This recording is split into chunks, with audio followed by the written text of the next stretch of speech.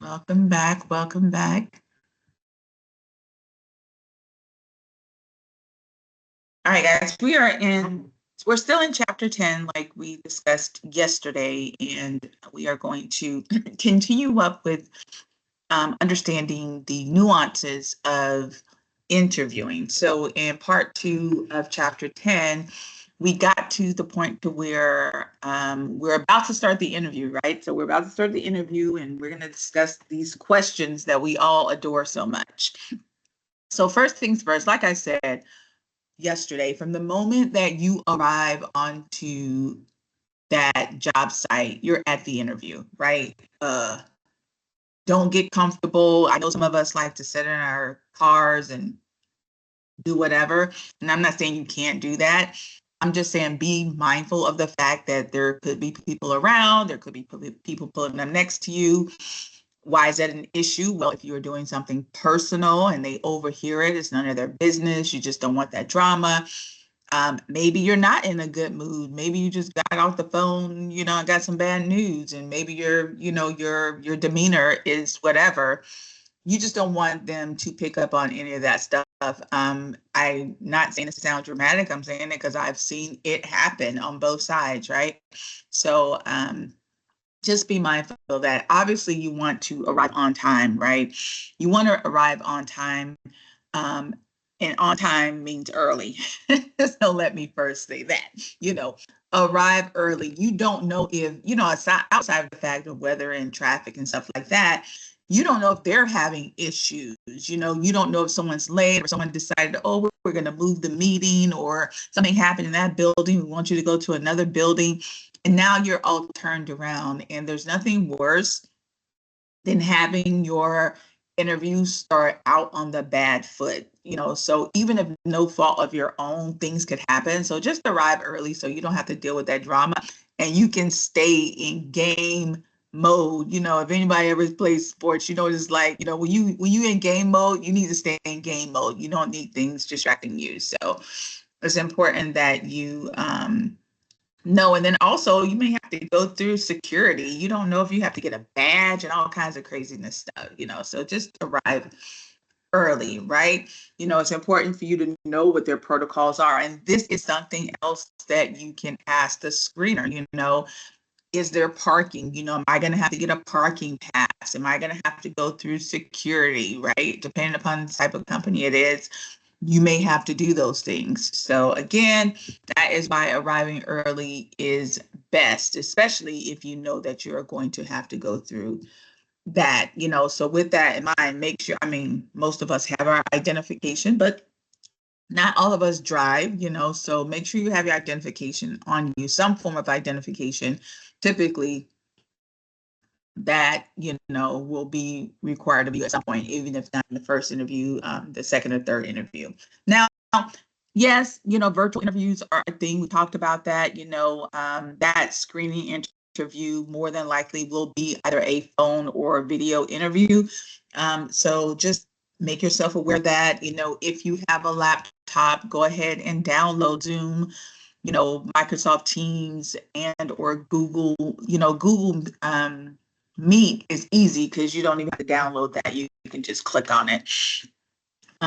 If you don't have a laptop, I get it. Not everyone has one.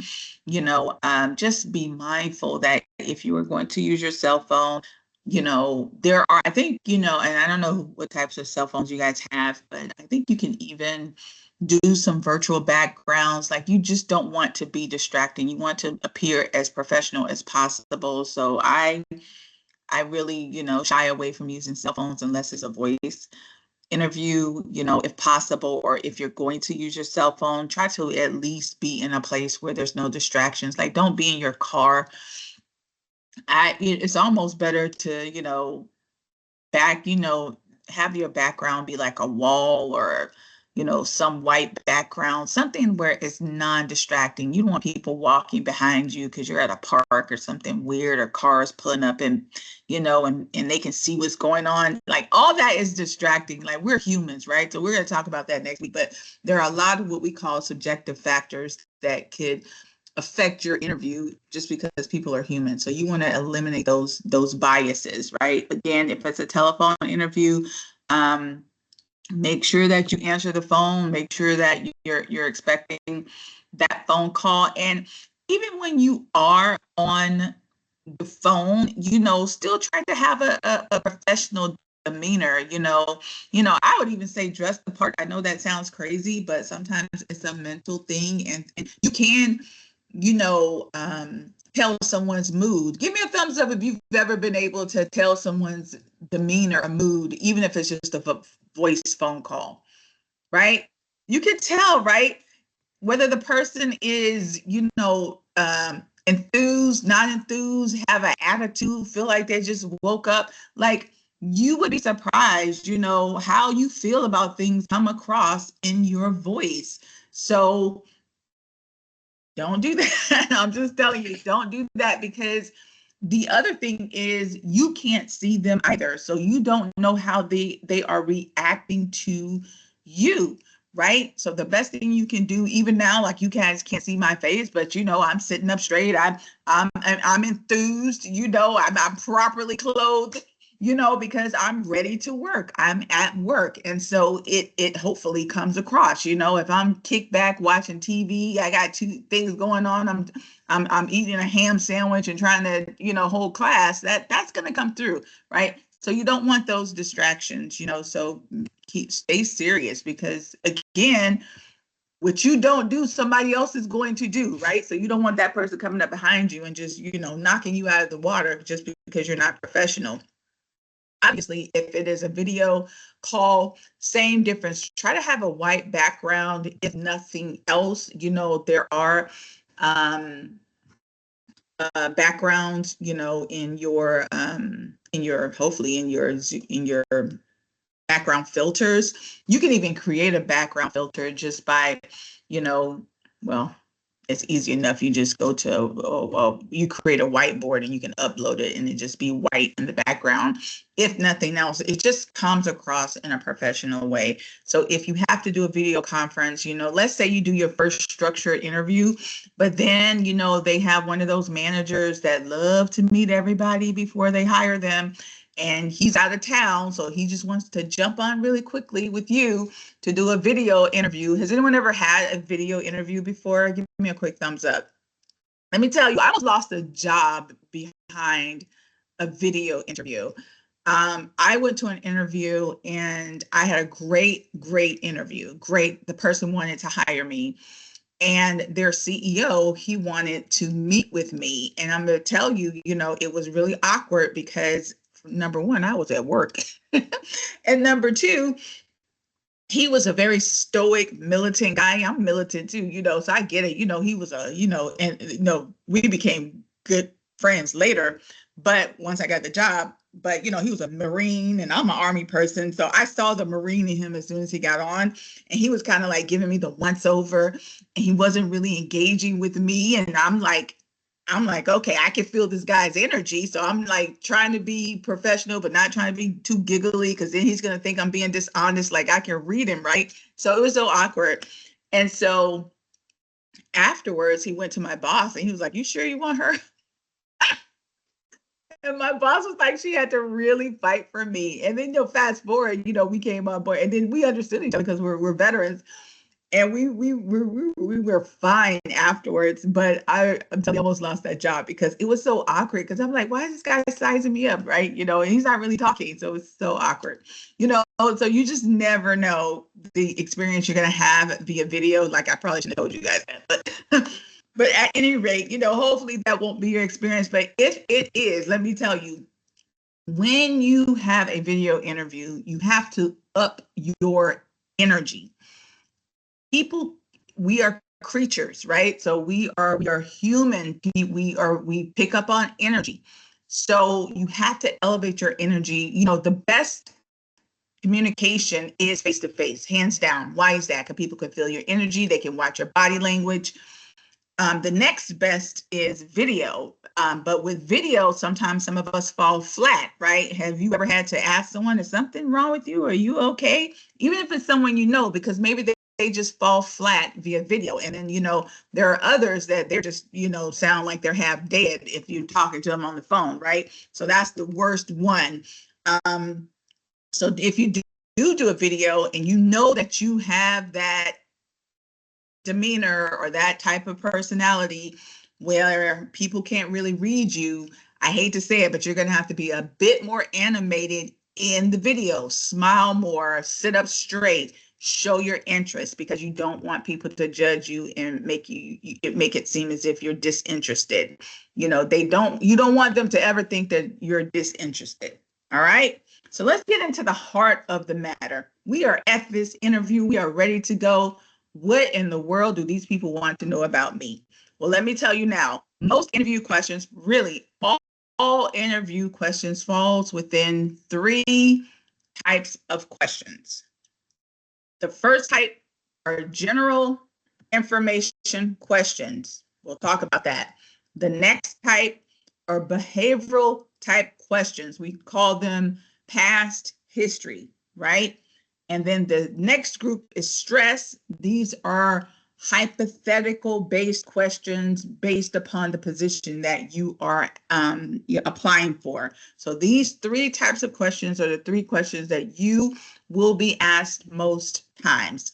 So what are the information questions? We kind of know what they are. They always typically start with what? Tell me about yourself. What jobs have you had? What interested you in this position? Why do you want to work for this company? What is your major strengths? All this, right? And we all can agree that these are the ones that we hate, right? I read through some of your posts yesterday. All right, we don't love these questions, but the real point is, how do we answer them? What do they really want to know? You will be surprised to know that every last one of these questions really are not about any of this. They're really asking one question. Why are you here?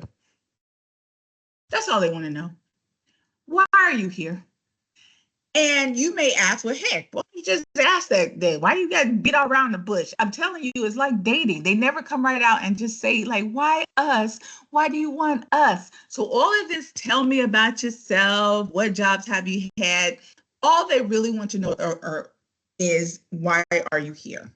So let me tell you how to answer this question.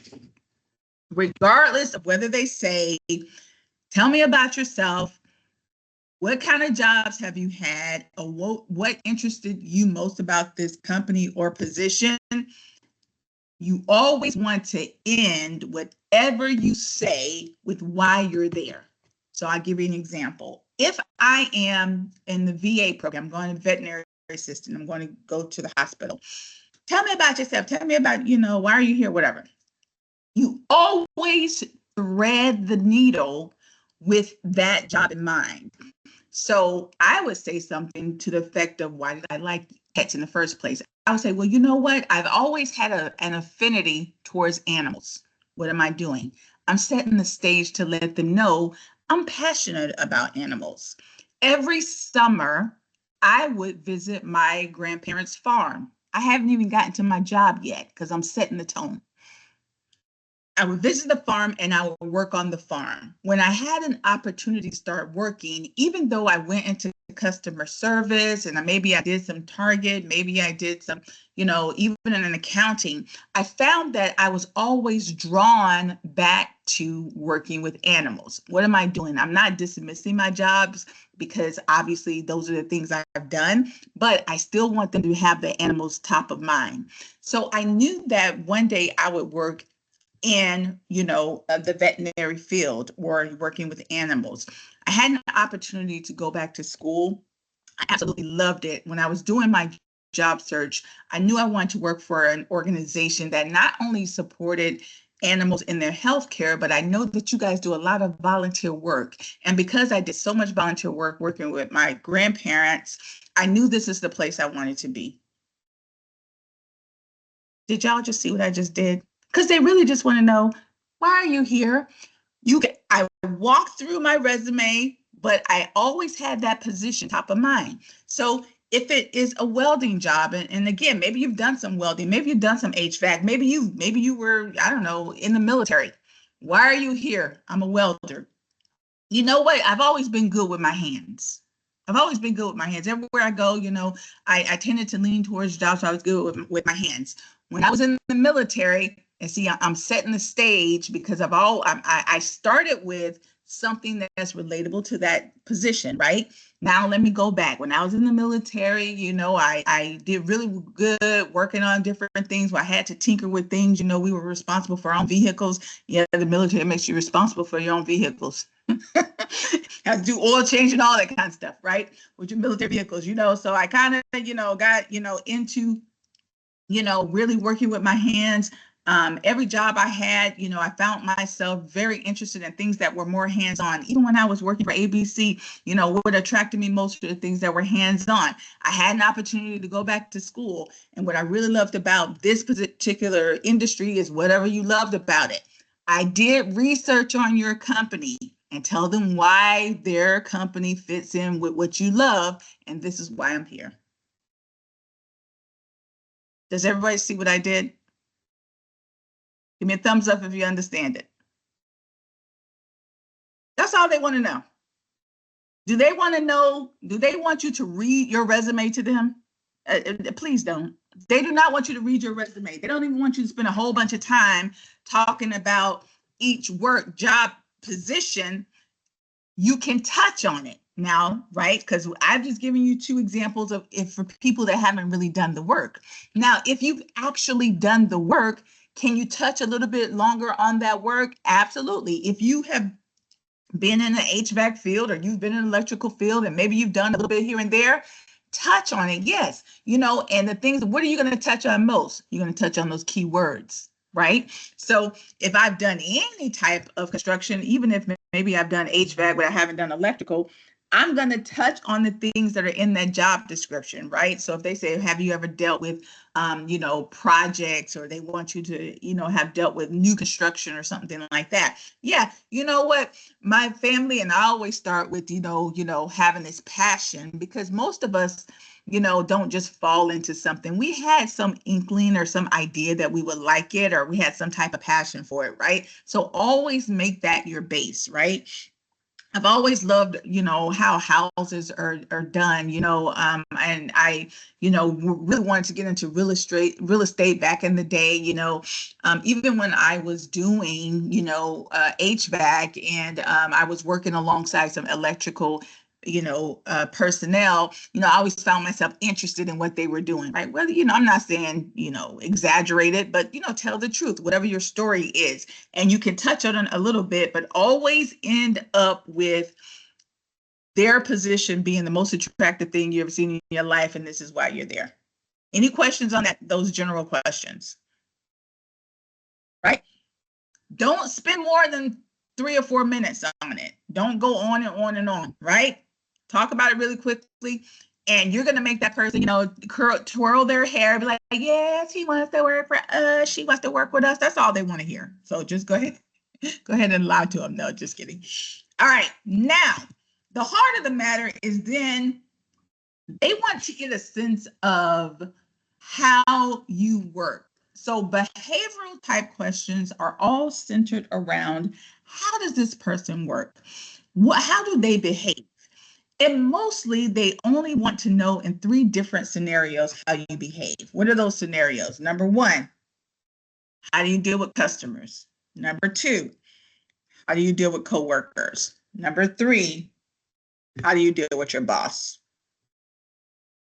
Every scenario is going to be centered around most every scenario, those 3 factors. Some customer, coworker, or your boss. So when they talk about behavioral type questions, you always know it's going to be some behavioral question because it's going to be past tense, and it's typically going to start with, tell me about a time when, right? These behavioral type questions are designed to give them a sense of your skill set, but really your behavior, really your temperament, really, how you deal with those soft skills, Let me put it out there to you. Those soft skills is what they're really, leaning on. Because they're not going to spend a lot of time saying, oh, well, can you tell me how you would put together this? No, they want to know, while you were doing that, how did you deal with some type of, soft skill type thing, whether it's teamwork, time management, conflicting issues. That's what they're going to want to know. So how do you answer these questions? What you want to do, number one, always bring a notepad with you. Not because you want to pretend to be, some studious person, because you're going to have your cheat sheet on your notepad. They are going to ask you, unless it's a unstructured working interview and, maybe they just ask you, as you go, but typically, even if it's unstructured, it may start out structured and then go to unstructured, right? So still have your notepad. You just have your quick little backpack, a briefcase, whatever you use in portfolio to take it with you. On this notepad, you are going to have some little cheat sheet indicators to jog your memory about what I'm about to talk about. Knowing that these behavior type questions and stress related questions as well are going to center around one of those three scenarios, you want to have something prepped in the back of your mind, but maybe you're not going to remember everything. So you're going to have a little cheat sheet. So if they say, tell me about a time when, and it's going to be about a customer, or a coworker, or your boss, and they say, tell me about a time when you had to deal with a difficult customer. Okay, so I already know they're probably going to ask them about a difficult customer, maybe centered around this type of work, maybe not, whatever, right? But it's going to be a customer wants something, and how did you appease that person? So I want you to think about, back in your experience, have I ever had to deal with a customer where I had to appease that person? Oh yeah, I remember that time when I had to deal with Mr. Smith. So all you're going to do is write on your pad, Mr. Smith. And you have a customer. They don't know what the heck you're talking about, right? But you're not going to have your pad out where they can see it. You're just going to, you could bring one of those small little writing pads, right? It just makes you look like you're going to take copious notes as they're talking. So people love that. But you're just going to have Mr. Smith on there. It's going to jog your memory to talk about Mr. Smith if they ask you about a customer. What is it that they want to know? What do you think they want to know when they ask you about Mr. Smith? All I want to know is, did you help Mr. Smith? Did you deal with the issue? Most importantly, they want to know, did you focus on Mr. Smith and his bad attitude? Did you focus on Mr. Smith and letting him know what time it is? Or did you focus on the problem and try to get it solved? Right? Because the key thing in business is to not focus on the person, to focus on the problem. Now you can take that to your social life too, and it'll help you out, trust me. Because we all know people and how their delivery, their demeanor, their facial expression, all those things could trigger you, right? But if you don't focus on how they're delivering the issue and just focus on the issue, it helps you be a better problem solver. So whatever Mr. Smith was saying, and however he's saying it, whether he's all, being cray-cray, or he's, being, rational, focus on the issue with Mr. Smith and deal with it. So you want to have an example where you had a situation, Mr. Smith would, had an issue, he was upset about whatever, and you and Mr. Smith work together to solve that issue. That's all they want to know. That's all they want to know. If it's a customer. If it is a coworker, what do you think they want to know? They want to know, did you help out your coworker? Or did you go rat them out? Or did you just let them suffer? What do you think they want you to do? Companies love teamwork. So, 9 times out of 10, they want to know, will you help out your coworker? Does that mean they want you to do your coworker's job? No, they just want to know, can you be a team player? Tell me about a time when you were working on a project and your teammate wasn't pulling their weight. What did you do? What do they want to know? They want to know that you went to that teammate and you offered your services to support them. And you guys somehow made it work. That's all they want to know. So if you could think of any situation, it doesn't have to be that type of work specifically.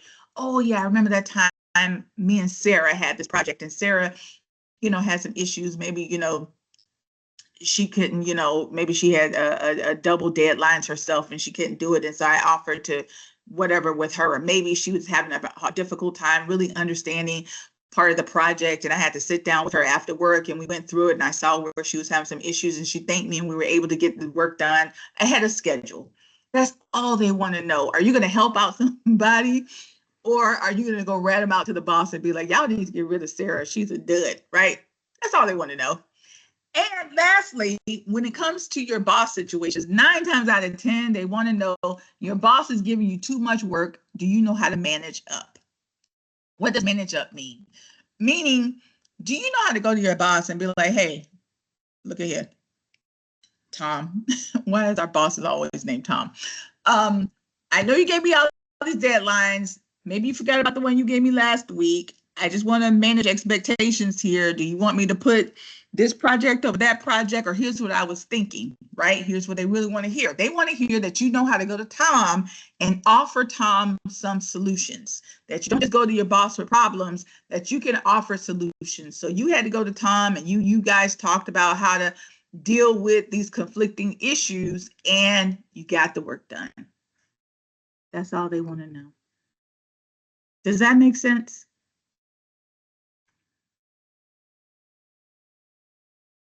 Any questions on that?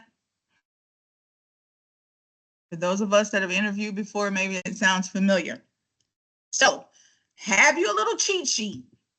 Put Mr. Smith, you can put a little C by his name, that's a customer. You can put Sarah, and you put coworker, because you don't know which of the three. They may ask you all three, which they're going to ask you, which scenario-based situation they're going to ask you. Or, if it's your boss, put Tom, right? And you know what those three things mean, but it'll jog your memory. Now, when it comes to stress-related questions, this one is going to be more based towards their work, right? So these are going to be hypotheticals because in the past, you didn't work for them. Maybe you've never done the work before, so they can't ask you specifically about doing the work. But if you've done the work, then they're going to ask you specifically those scenarios. But the stress-related questions typically are going to be, I don't know why they call them stress-related questions, because it's really the same thing as behavior, but the only difference is now they're going to put you in their environment. They're going to give you hypotheticals based on that actual work that you will be doing, and they want to know how would you do it. 9 times out of 10, it's still going to fall in those 3 categories: a customer, a coworker, or a boss, and they just want to know, how would you handle it? So can you technically use those same examples with their situation? A little bit, right? Because if they give you, how would you deal with it if, we put you on 2 different projects and then something went wrong and blah, blah, blah, and you had to get them both done. That's manager based, right? So, obviously you don't have to use Tom. I'm going to say you. I'm going to be like, well, I'm going to come to you and I'm going to clarify which ones that we need to do first. I may offer you up a couple of suggestions to make sure we get the work done, right? So now it's hypothetical, but it's the same thing. Y'all see what I just did? If it's a coworker, what would you do if your coworker told you blah, blah, blah, blah, blah? Okay, well, it ain't Sarah this time, but I'm going to do the same thing I would have done with Sarah. Well, I'm going to go to, the coworker, Elizabeth, and I'm be like, hey, Elizabeth, is there anything I could do to offer some support to you? Or maybe, me and Elizabeth going to try to work it out to where, I can help her out on this, and maybe she could pick up on that, and we're going to get it done. That's all they want to know, right? So even in those stress-related questions, the hypotheticals are going to be based on their company. But now here's the kicker. You got to know the job. That's how you got to prepare, because this is another reason why you got to do research. You need to know what type of work they want you to do. You need to know that, because those hypothetical questions are going to come from that job specifically. Sometimes, unfortunately, it can come from some person that got fired that wasn't doing what they were supposed to do, and now they're going to throw you that hypothetical. Has anybody ever been asked the question, the last time, we had someone here, they had a very difficult time doing A, B, and C. How would you deal with that? You're like, oh my God, now you're comparing me to this dud, right? Sometimes they do that, right? So you just be mindful of that. I've been in that situation 1,000 times, where they're telling me what somebody else didn't do. So now I got to live up to what somebody else didn't do's expectations, right? So that can happen, but at the end of the day, how are you going to answer that? You're not going to be like, oh yeah, well, I'm not going to be a dud like this person. You're going to say, oh, well, here's how I would deal with the issue. In that situation, don't focus on the person, focus on the problem, right? So treat it almost like a customer. Well, I'm not going to focus on what that person didn't do. I'm going to, oh, okay, I can see the issue here. Here's how I would have dealt with it. Any questions on that? Does that make sense?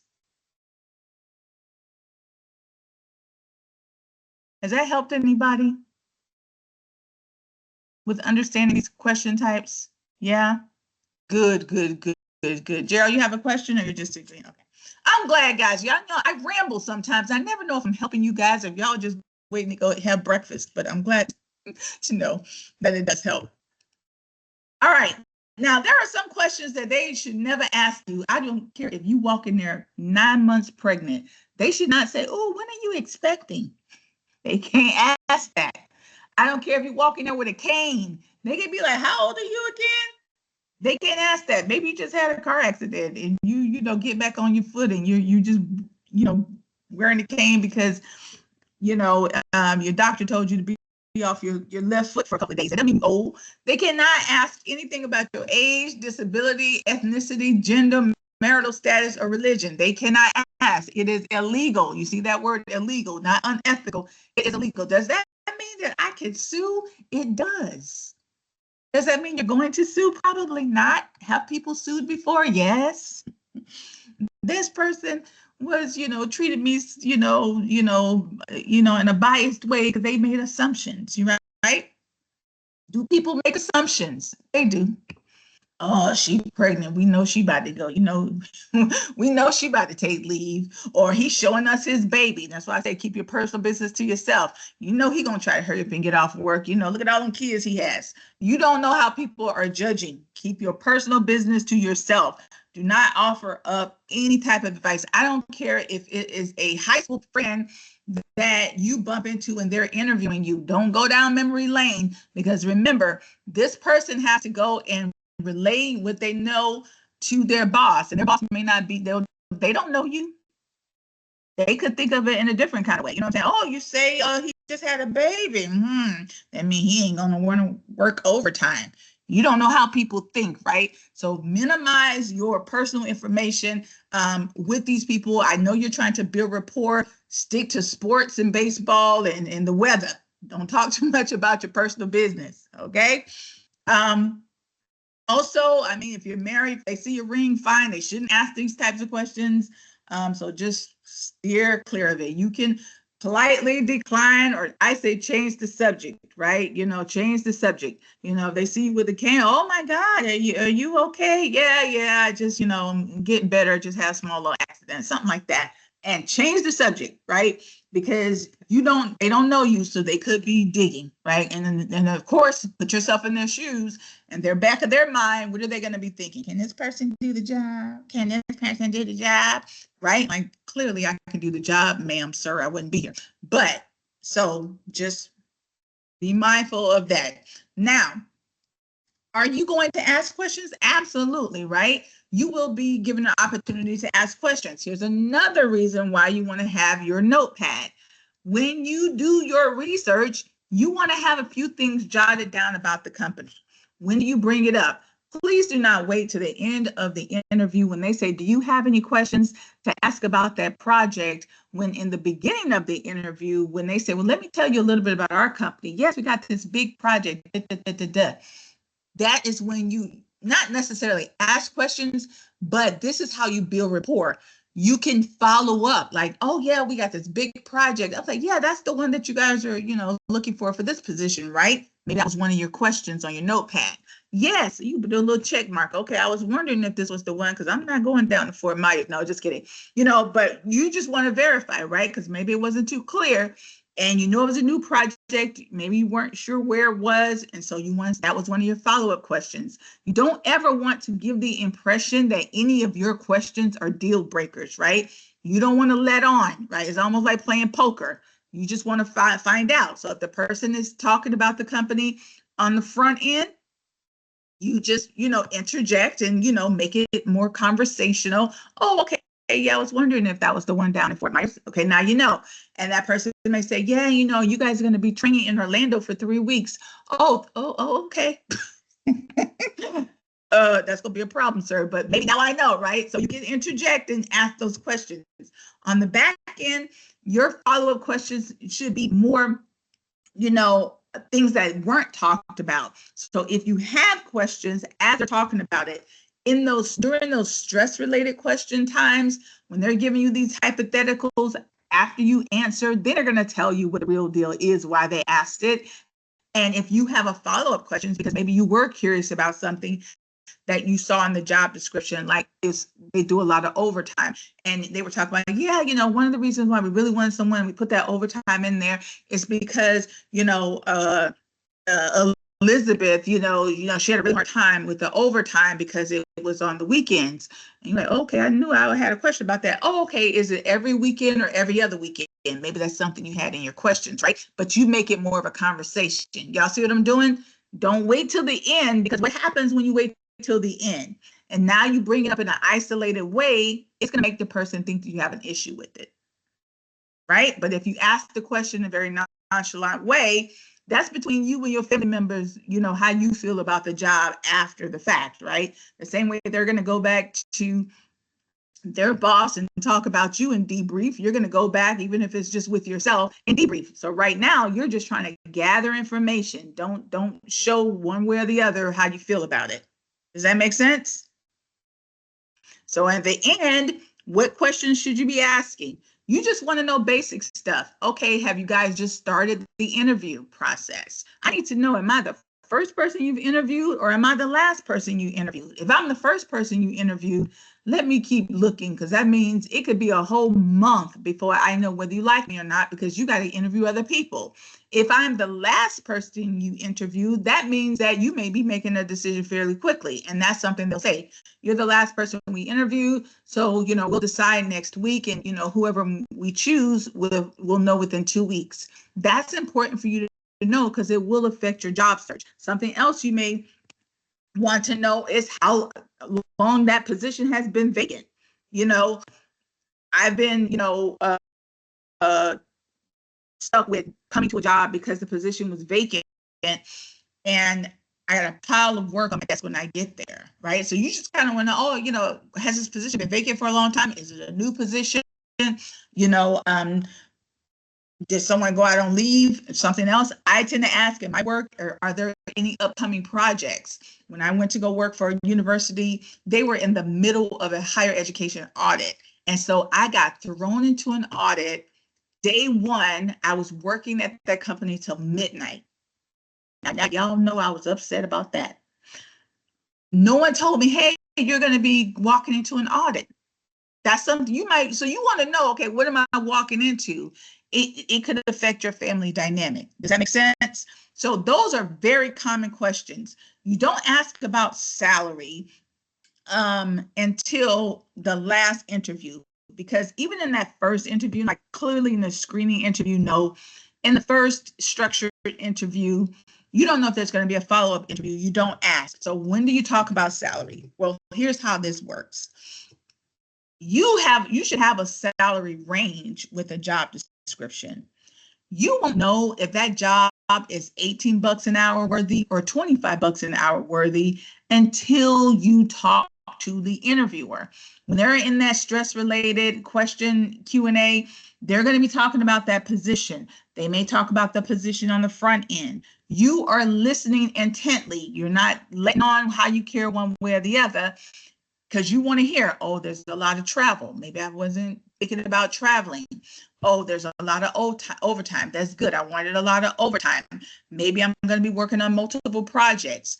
All those different things you are going to take into consideration to determine whether 18 bucks an hour or $25 an hour is sufficient for you, right? Does that make sense? So after you talk to them, thank you for your time. Very good. I'm going to go back to my house and I'm going to be like, man, okay, so this is a $22 an hour job. You don't know that until you have the interview. And conversely, they're not going to know whether you are worth $22 an hour until after they talk to you. This is why after the interview, they're going to say, okay, I know we can pay between 18 and 25. This person comes across as someone that has a lot of skills. Maybe they don't have a lot of hard skills, but they have a lot of soft skills. They've done a lot of project management. Okay, we're going to offer 23. Heck, that's more than what you thought. So let them offer you, and then you can counter offer. Now, let me say this in this class because I don't want anybody saying them to turn down a job. Defer to your career services, especially if career services is helping you get a job. Make sure you talk to them about what that job pays. Don't go to them and say, Miss Taylor said I should negotiate. I am telling you academically, right? I actually had someone say, Miss Taylor, you told me to negotiate. I said, listen. Yes, that is typically how it works. However, when you negotiate with your career services person, make sure that you are comfortable with the type of job and the salary that they're helping you to get. You guys understand? But typically this is how it works, right? They send you an offer. It could be 23. You thought 22. Great. They could send you an offer and say 19, but you thought 22.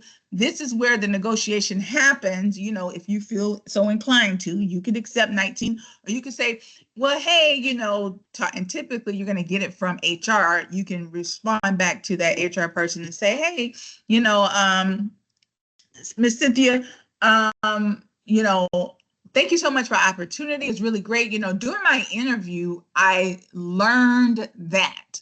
You know, in addition to the welding, that they're really expecting me to, you know, do a little bit of project management. And so, you know, I was, you know, thinking $22 an hour would be more, you know, price right for what they wanted me to do. And you send it back, Miss Cynthia. She's going to go back to the boss and say, hey, he was really wanting 22 because you guys said that he's going to have to do some of that project management. And then it may be like, you know what, that's right. You know, this position does require project management. All right, we'll accept the 22. That's how it happens traditionally, right? So that is why you don't talk about money on the front end, because you don't even know what you're accepting until after the interview. Does that make sense?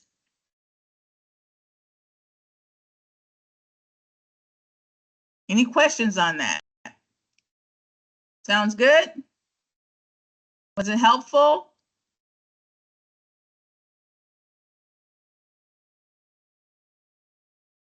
Good. Y'all know education is an art, you know, so teachers, you know, we're really sensitive, you know, those of us that really love what we do. It makes us feel good to know that we're actually helping someone when we ramble. So if I ask you guys, that's why. Y'all make me feel good. Does that help? Okay, good. It makes me feel better. Okay, very good. All right. So we talked about that. Why about the salary? How many other candidates do you interview? Yeah, I would just ask mainly, you know, where are you in the interview process? That is, you know, what you ask. You don't ever ask, you know, these other questions. That's kind of crazy, right? All right. Now, we know we talked about, you know, preparing, and this is why we have the mock interviews. So hopefully you guys know why we have the mock interviews here, because it takes practice, right? You know, until you out pounding the pavement and going job after job and get old like me and you're so used to interviewing all the time, it takes practice. And that's one of the reasons why we want you guys to do the mock interview and prepare the night before, making sure you arrive on time, all those good things. All right, my friends, here we go. Live conference question. I want you to name 3 things you are looking for in a company. 3 things you're looking for. This is going to help you with your job search, right? I want you to start to think about it. Now, if you have done your career plan and you're thinking about that, right? You've done your long-term goals. Hopefully it should line up. Yeah, hopefully y'all catching those breadcrumbs, right? Think about that. Okay, so I know I want to become a master electrician. What are the 3 things that I'm looking for in the company? Well, right now I'm looking for a company that has some multiple projects. I really want to, you know, get into government contracting. So maybe I'm looking for a company that does that, right? So what are the 3 things you're looking for? Kind of make it line up with your goal. That would your long-term goal. That would make sense, right?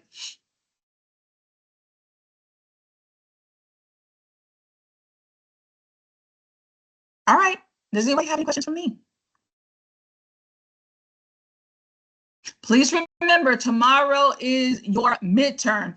My friends, listen, listen, we are going to be in and out tomorrow. We will not spend a lot of time in the live session tomorrow. I'm going to try to breeze through it 15 minutes tops, because even though your midterm has been open all week and it will stay open until Sunday, technically tomorrow is your midterm, so nobody's going to give you a live lecture and then have you go sit for another couple of hours trying to do your midterm. I want to give you back your time for those that carve out, this time to do their work, because you're a busy person, you have other things going on. So I'm going to give you back your time. So please come on time. If you come here and we're gone, that means I've already released everybody to do their midterm. I'll probably sit back a little bit, but you can just jump on to the past conference and grab the live conference question tomorrow if you don't come within the first 15 minutes. All right. All right, guys, have a good day, and I will talk to you tomorrow.